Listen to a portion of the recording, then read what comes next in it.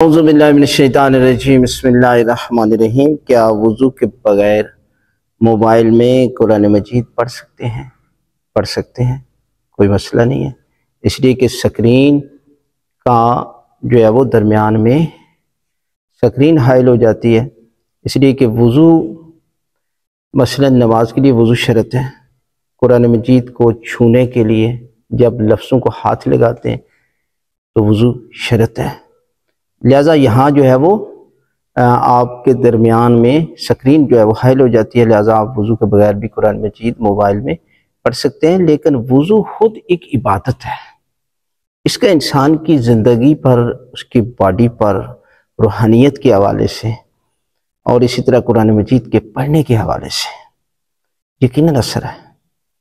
और इसलिए अगर आप वज़ू कर सकते हैं तो मोबाइल में भी आप जब पढ़ रहे हैं तो वज़ू के साथ पढ़ें।